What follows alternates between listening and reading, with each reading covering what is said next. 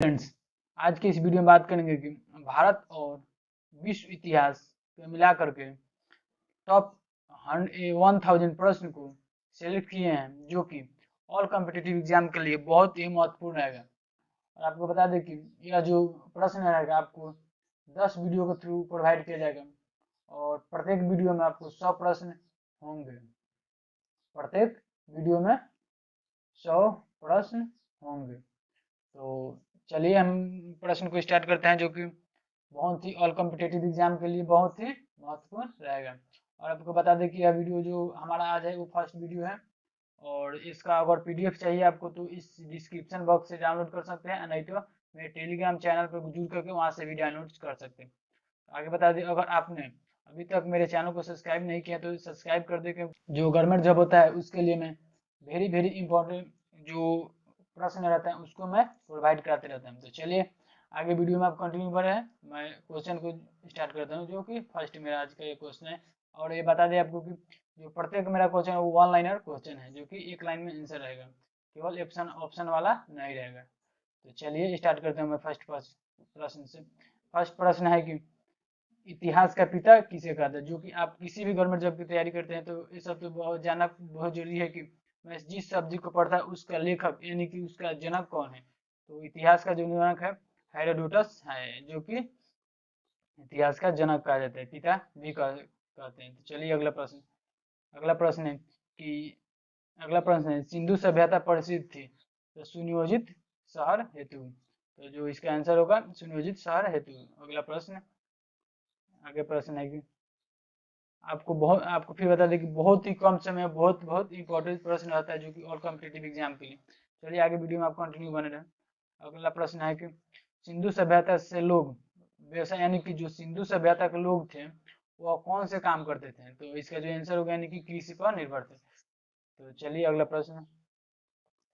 प्रश्न है कि अगला प्रश्न सिंधुवासियों का मुख्य यानी कि जो सिंधुवासियों था वह उन सभी का मुख्य जो फसल था वो था जौ और गेहूं। उन सभी का मुख्य फसल था। तो चलिए अगला प्रश्न है कि सिंधु सभ्यता सिंधु सभ्यता और आर्थिक पूर्वी एवं पश्चिमी पूर्वास्थल स्थित है। तो इसका जो आंसर होगा अलमर गिर यानी कि यह जो है मेरठ के उत्तर प्रदेश में स्थित है तथा यानी कि यह पूर्वी और पश्चिमी दोनों कुछ है। तो जो पूर्वी होगा अलमरगिर में और मेरठ उत्तर प्रदेश में स्थित है और सूतकांगेडुर और यह बालूचिस्तान में स्थित है। तो चलिए अगला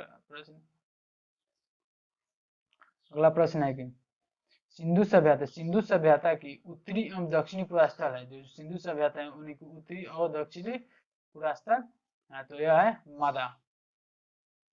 तो यह अखनूर जम्मू कश्मीर में स्थित है और आपको पता है एवं अहमदनगर महाराष्ट्र में। तो चलिए अगला प्रश्न है कि हड़प्पा सभ्यता के बारे में सबसे पहले जानकारी दी थी। जो हड़प्पा सभ्यता है वह उसके पहले सबसे पहले जो जानकारी देने वाला व्यक्ति था। अगला प्रश्न है कि मोहनजोदड़ो एवं हड़प्पा की वास्तविक खुदाई के प्रभारी थे। तो इसका जो आंसर होगा यानी कि सर जॉन थॉमस या प्रभारी थे जो कि खुदाई करने में। चलिए अगला प्रश्न है कि अगला प्रश्न है कि हड़प्पा की सभ्यता थी जो तो हड़प्पा की सभ्यता थी। तो इसका जो आंसर होगा कि काशी युगीन इसका आंसर होगा। चलिए अगला प्रश्न है कि सिंधु सभ्यता की लिपि थी यानी कि जो सिंधु सभ्यता थी उसकी लिपि थी। तो इसका जो लिपि थी वह भाव चित्रात्मक इसकी लिपि थी। तो चलिए अगला प्रश्न है कि मित्र के राजा कहलाते हैं। तो जो मित्र के राजा कहलाते हैं इसका आंसर होगा यानी फराओ। मित्र के राजा कहलाते हैं फराओ। चलिए अगला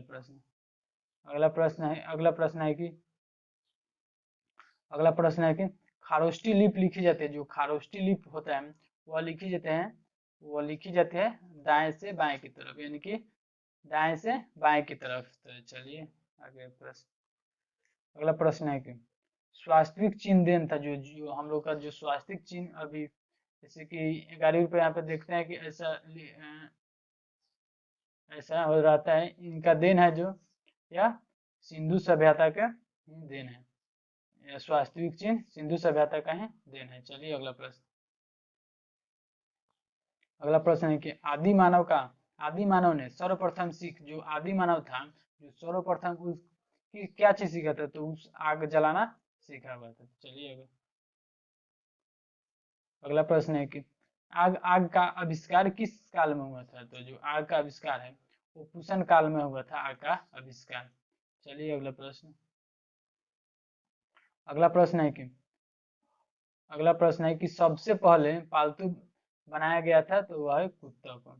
जो सबसे पहले पालतू बनाया गया था तो वह कुत्तों को बनाया गया था, डॉगी को। तो चलिए अगला प्रश्न। सिंधु घाटी सभ्यता थी, तो सिंधु जो घाटी सभ्यता है वो आद्य ऐतिहासिक सभ्यता। चलिए अगले प्रश्न। अगला प्रश्न है कि सिंधु सभ्यता की बंदरगाह, सिंधु सभ्यता का बंदरगाह वो है लोथल, यानी कि जो सिंधु सभ्यता उसका जो बंदरगाह था उसका लोथल था। चलिए अगला प्रश्न। हड़प्पा के लोग अनभिज्ञ थे, हड़प्पा के लोग अनभिज्ञ थे, तो वह है लोहा, यानी कि लोहा से। चलिए अगला प्रश्न।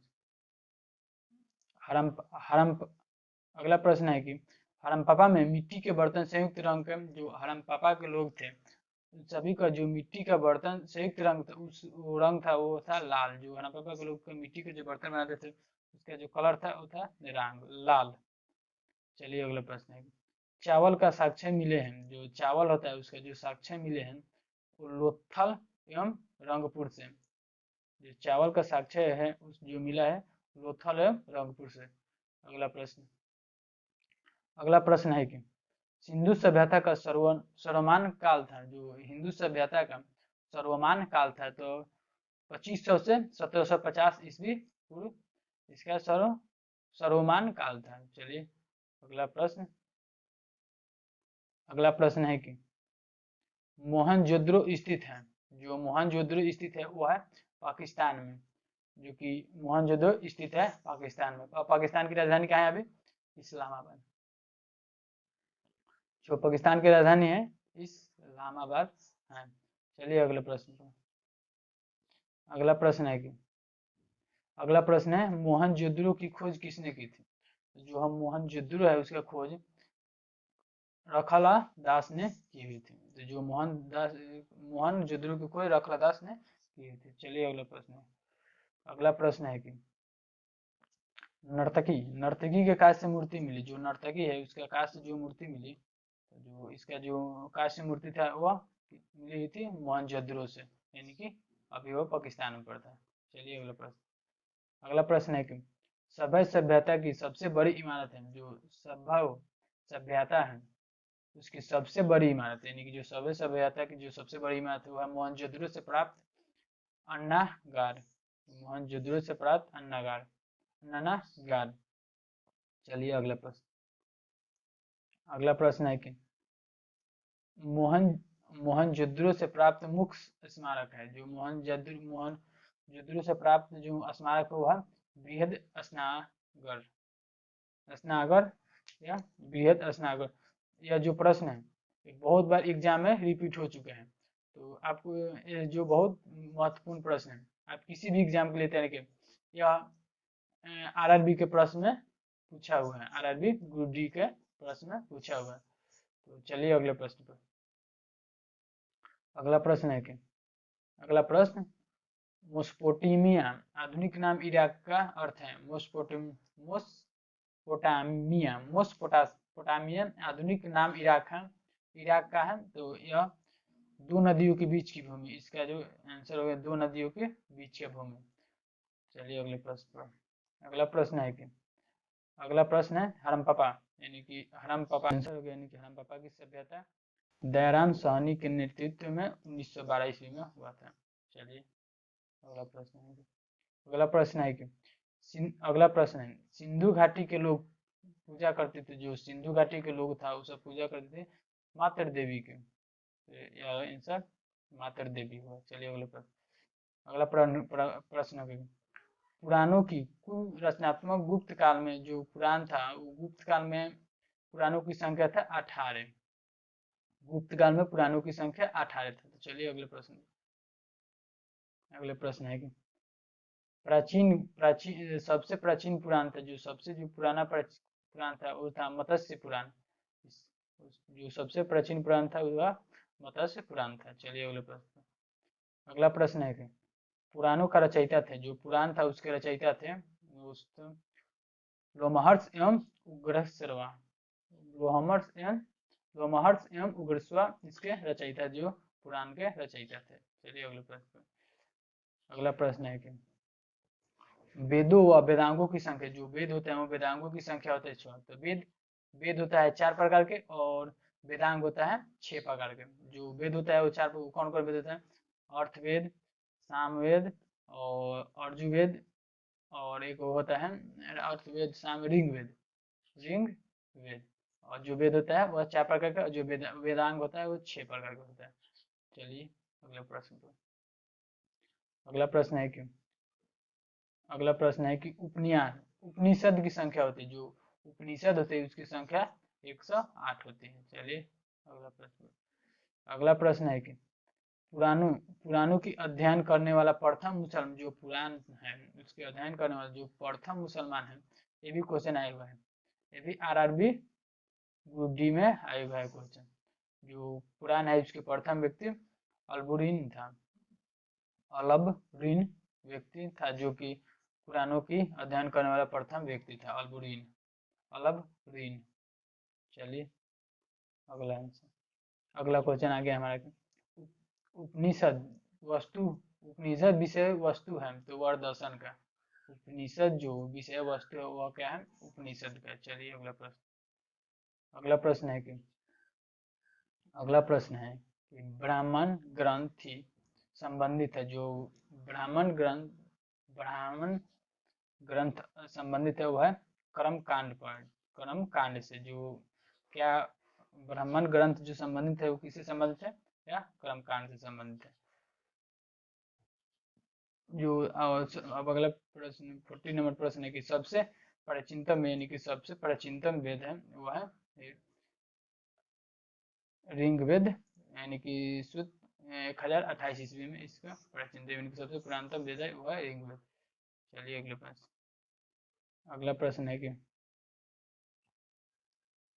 अगला प्रश्न है कि गद एवं पद वाला वेद है, जो गद और पद वाला वेद है, गद एवं पद वाला वेद है वह है अर्जुवेद, यानी कि अर्जुवेद इसका होगा। चलिए अगला प्रश्न शपथ, यानी कि जो शपथ ग्रहण होता है, शपथ ग्रहण संबंधित जो शपथ ग्रहण है तो वो किस वेद से संबंधित है? वो है अर्जुवेद से संबंधित।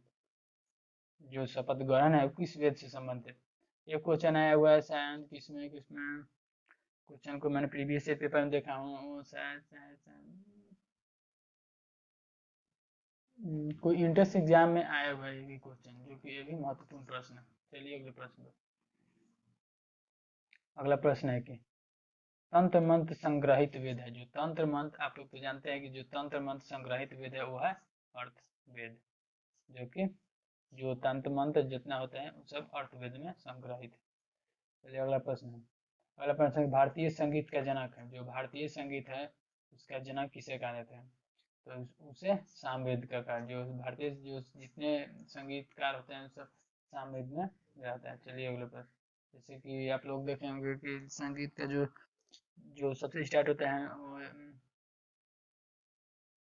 चलिए अगला प्रश्न है कि गायत्री मंत्र लिया गया है, जैसे गायत्री मंत्र लिया गया है, जो गायत्री मंत्र लिया गया है यह है ऋग्वेद से, जो गायत्री मंत्र लिया गया है। चलिए अगला प्रश्न है कि गायत्री मंत्र के रचनाकार हैं, जो गायत्री मंत्र के रचनाकार हैं विश्वामित्री, इसकी यानी कि जो गायत्री मंत्र है उसके जनक भी कह सकते हैं, या विश्वामित्री रचनाकार है। चलिए अगला प्रश्न है कि गायत्री मंत्र समर्पित है, तो गायत्री जो मंत्र है वो समर्पित है सावित्री सूर्य देवता पर। जो गायत्री मंत्र समर्पित है वह सावित्री सूर्य देवता पर। चलिए अगला प्रश्न है कि ग्रोथ शब्द मिलता है, जो ग्रोथ यानी कि ग्रोथ शब्द है वो किस वेद में मिलता है? तो जो यह अर्थवेद में मिलता है ग्रोथ शब्द। चलिए अगले प्रश्न पर। अगला प्रश्न है क्या? अगला प्रश्न है भागवत धर्म का प्रवर्तक थे, जो भागवत धर्म है उसके प्रवर्तक क्या थे? तो थे कृष्णा। कृष्णा भगवान। चलिए अगला प्रश्न। अगला प्रश्न है कि भक्ति आंदोलन का प्रारंभ, यानी कि जो भक्ति आंदोलन का प्रारंभ है तो अल्बर्ट संतोष है। जो भक्ति आंदोलन है उसका प्रारंभ है वह है अल्बर्ट संतोष है। चलिए अगले प्रश्न। अगला प्रश्न है कि आर्यों के जानकारी के स्रोत हैं, जो आर्यों के जानकारी का स्रोत है, इसका जो आंसर होगा वो होगा, जो आर्य था उसके जानकारी के जो स्रोत है वो है अर्जुवेद से, ऋग्वेद से। चलिए अगले प्रश्न। अगला प्रश्न है कि ऋग्वेद में सर्वाधिक बार वर्णित नदी है, जो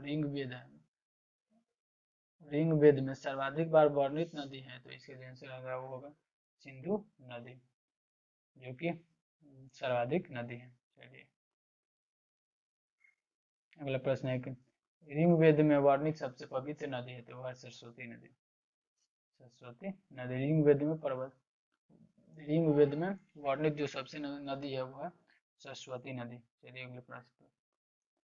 अगला प्रश्न है कि ऋग्वेद में वर्णित मुख्य देवता, जो ऋग्वेद में वर्णित मुख्य देवता, देखिए आपको हम बता दें कि ये जो प्रश्न है जो कि आपको एक टॉपिक के अनुसार बहुत सारे प्रश्न बनाए गए जो कि ऑनलाइनर में बनाए गए हैं बहुत। जैसे यहाँ पे आगे देखे 53वां प्रश्न कि ऋग्वेद सर्वाधिक बार वर्णित नदी है तो वह सिंधु नदी।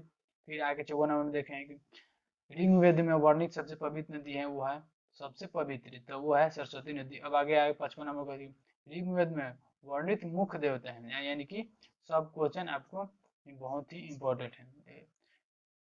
ऋग्वेद में वर्णित प्रमुख देवता है तो वो है इंद्र देवता। चलिए अगले प्रश्न।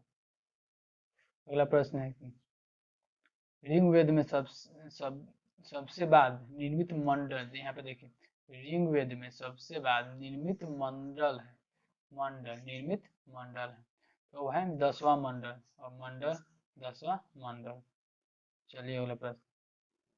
अगला प्रश्न है कि ऋग्वेद में पूर्णतः सोम को समर्पित मंडल, जो ऋग्वेद है वो पूर्णतः सोम को समर्पित वाला मंडल है, वो सोम का समर्पित वाला मंडल है वो है 9वां मंडल।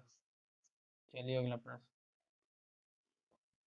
अगला प्रश्न है कि सत्यमेव जयते, जो सत्यमेव जयते है वह लिया गया है, सत्यमेव जयते लिया गया है तो वह लिया गया है मुंडकोपनिषद से, तो यह लिया गया है मुंडकोपनिषद। चलिए अगले प्रश्न। अगला प्रश्न है कि अगला प्रश्न है कि प्राचीन हिंद विधि लेखक है, जो प्राचीन हिंद विधि लेखक है वो है मनु। चलिए अगला प्रश्न है कि स्मृति ग्रंथों की सबसे प्राचीन है, स्मृति ग्रंथों में सबसे प्राचीन है वो है मनुस्मृति। चलिए अगला प्रश्न है मिताक्षरा पुस्तक है उसका लेखक है विज्ञानेश्वर, उसका लेखक है विज्ञानेश्वर। चलिए अगले प्रश्न। अगला प्रश्न है महाभारत का अन्य, यानी कि जो आप लोग थंबनेल में यही प्रश्न था कि महाभारत का जो दूसरा नाम था वह था जय संहिता, इसका दूसरा नाम था महाभारत का दूसरा नाम जय संहिता। चलिए अगला। यह जो प्रश्न है महाभारत का दूसरा प्रश्न कब किस शायद यूपीएससी के इंटरव्यू में पूछा गया था कि महाभारत का दूसरा नाम क्या है, महाभारत का दूसरा नाम क्या है तो जय संहिता। चलिए अगले प्रश्न। अगला प्रश्न है कि आर्यों का भारत आगमन, जो आर्यो था उसका भारत आगमन कब हुआ था तो 1500 ईसा पूर्व से पहले, यानी कि 1500 ईसा पूर्व से पहले। चलिए अगले प्रश्न। अगला प्रश्न है कि आर्य पहले बसे हुए थे, जो आर्य जो पहले कहाँ पे है, कहाँ बसे, जो जब आर्य जो प्रथम बार आए थे तो उस समय पंजाब एवं अफगानिस्तान में आए हुए थे आर्य सब। चलिए अगला प्रश्न है कि रिंग वैदिक आर्य भाषा थी, जो रिंग वैदिक आर्य भाषा थी वो थी संस्कृत। चलिए अगला प्रश्न, आर्य लोग भारत आए थे, जो आर्य लोग भारत आए थे वो आए थे मध्य एशिया से। चलिए अगला प्रश्न शून्यवादी प्रतिपादक है, जो शून्यवाद प्रतिपादक है वह नागार्जुन। शून्यवाद प्रतिपादक है वह नागार्जुन। बुद्ध का जन्म बुद्ध का जन्मे थे लुम्बिनी। बुद्ध का जन्मे थे तो लुम्बिनी में 1863 ईसा पूर्व में जन्मे हुए थे। अगला प्रश्न है कि बुद्ध का मृत्यु कब हुआ, तो बुद्ध का मृत्यु कुशीनगर 1883 ईसा पूर्व में हुए थे। तो चलिए अगला प्रश्न है कि बुद्ध का मृत्यु की घटना क्या है, तो जो बुद्ध भगवान थे उनके मृत्यु के घटना का कारण क्या है, तो वहाँ उसका जो घटना कारण है महापरिनिर्वाण के कारण उनका मृत्यु हुआ। महापरिनिर्वाण के कारण उनका मृत्यु हुआ। चलिए अगला प्रश्न है बुद्ध के जो बुद्ध भगवान थे उनके जो प्रथम गुरु थे अलार कलाम इनका प्रथम गुरु थे अलार कलाम।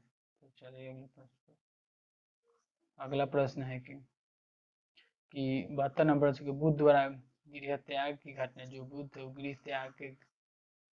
त्याग यानी कि घर को त्याग करने की घटना है वह महाभिनी से कर्मन उनका जो घर त्याग करने का कारण है। चलिए अगला प्रश्न है कि बुद्ध का प्रथम प्रवचन कहलाता है, जो बुद्ध का प्रथम प्रवचन कहलाता है, तो इसका जो प्रथम प्रवचन का है धर्मचक्र प्रवचन कहलाता है, जो इसका जो बुद्ध का जो प्रथम चक्र कहलाता है धर्म चक्र प्रवर्तन कहलाता है। चलिए अगला प्रश्न है बुद्ध ने अपना प्रथम उपदेश था, जो बुद्ध का जो प्रथम उपदेश था वो था सारनाथ में बुद्ध का पहला प्रथम उपदेश था। चलिए अगला प्रश्न है कि बुद्ध ने सर्वाधिक उपदेश दिया, जो बुद्ध ने सर्वाधिक उपदेश दिया तो वो है श्रीवस्ती में, जो बुद्ध ने सर्वाधिक उपदेश दिया श्रीवस्ती में। चलिए अगला प्रश्न है कि बौद्ध धर्म और संघ, जो बुद्ध धर्म का चिरक है वो है बुद्ध धर्म और संघ। चलिए अगला प्रश्न है कि बौद्ध धर्म का ग्रहण करने वाला प्रथम महिला, तो जो बौद्ध धर्म ग्रहण करने वाली जो प्रथम महिला था वो है गौतमी, जो कि बौद्ध धर्म ग्रहण करने वाली प्रथम महिला थी। चलिए अगला प्रश्न है कि बौद्ध में बुद्ध के पूर्व जन्म पर आधारित कथा है वो है जतक। बुद्ध के पूर्व जन्म पर आधारित कथा है वो है जतक। चलिए अगला प्रश्न है कि अजंता की गुफाओं में किस ग्रंथ का चित्रण है, तो वो है जातक बुद्धों की पवित्र ग्रंथ है। चलिए अगला प्रश्न है बौद्ध धर्म का प्रमुख ग्रंथ है, जो बौद्ध धर्म है उनका जो प्रमुख ग्रंथ है वो है पिटक ग्रंथ। बौद्ध धर्म का प्रमुख जो ग्रंथ है वो है पिटक ग्रंथ। चलिए अगला प्रश्न है कि बौद्ध धर्म का पूजा स्थल है, जो बौद्ध धर्म है वो उनका जो पूजा स्थल है वो है चैत्य मंडप स्थल। चलिए अगला प्रश्न है कि बुद्ध चरित्र के लेखक है, जो बुद्ध चरित्र के लेखक है वो है अश्वघोष। उनका जो लेखक है वो है अश्वघोष। अगला प्रश्न है कि आजीवक पथ परिवर्तक है, जो आजीवक पथ परिवर्तक है वो है घोषाल। जो आजीवक पथ प्रवर्तक तो है मखली घोषाल, इसका आंसर है। चलिए अगला प्रश्न है कि हजी संवत शुरू है। जो हजी संवत है, हजी संवत की शुरुआत हुई, जो हजी संवत की शुरुआत हुई 622 ईसा पूर्व में, 622 ईसा पूर्व में शुरुआत है।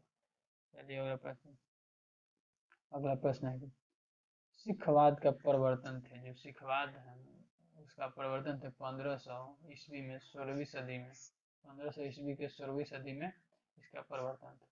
चलिए अगला प्रश्न है जैन धर्म के प्रथम तीर्थकर। जो जैन धर्म है उनके जो प्रथम तीर्थकर थे, तो इसके जो प्रथम तीर्थकर ऋषभ भेदव थे, ऋषभ भेदव इनका प्रथम तीर्थकर। चलिए अगला प्रश्न है कि जैन धर्म के अंतिम यानी कि 24वां तीर्थकर, जो जैन धर्म उनका 24वां तीर्थकर कौन थे, तो उनके जो 24वां तीर्थकर थे उनके महावीर।